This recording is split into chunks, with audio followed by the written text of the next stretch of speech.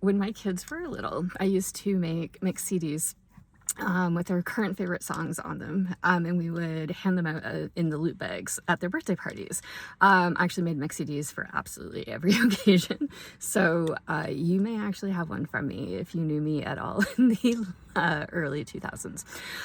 Anyways, when my eldest son Rain turned 5, I made his mix CD, and things were really hard for me at that time. I had become a single mom about 4 months previous to that, and at that point their dad had not seen them at all in the whole 4 months. There were a lot of issues going on. It was incredibly difficult.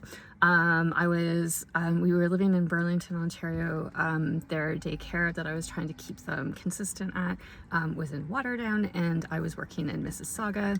And if you Burlington, Waterdown, Mississauga. So like, if you know the region at all, this is not a straight line. I was backtracking a lot. I was having to work through my lunch breaks every single day so that I had enough time to accommodate the daycare's schedule. And there's like a home daycare who was actually friends with my ex, and it was incredibly awkward, but I wanted to keep it consistent for my kids. So anyways, lots going on in my life. We didn't have air conditioning. It was stinking hot. I would take them to the beach right after I picked them up, and we would have picnic dinners at the beach just to cool off before coming home.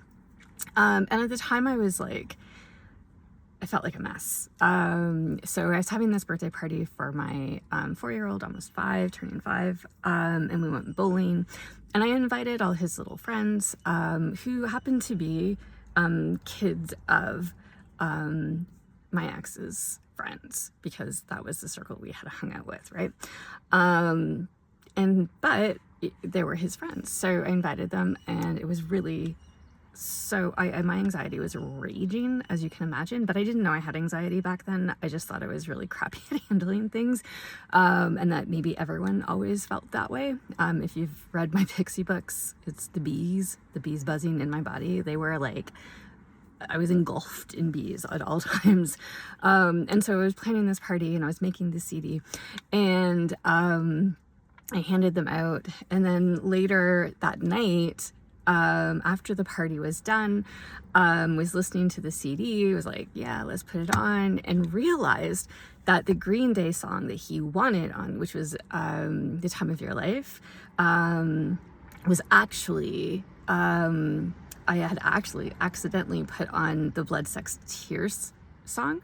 And if you know it, you know it's like it's about bondage.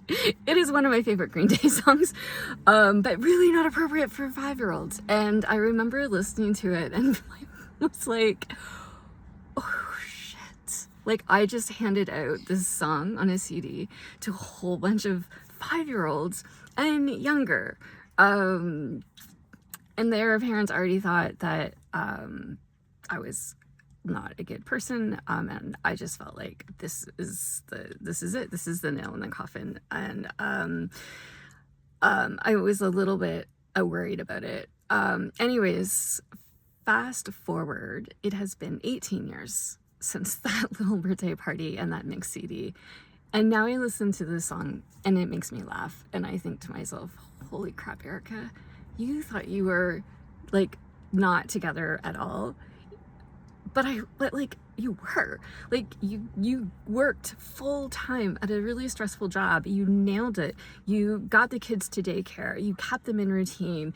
You figured out to go to the beach every night with a picnic dinner. You made mix CDs for a birthday party for your kids, even when all this crap is happening. So the moral of the story here is, if today you make a mix CD for 5-year-olds that has a song about bondage on it, or, you know, anything equivalent to that, you're still doing okay. You're still doing good.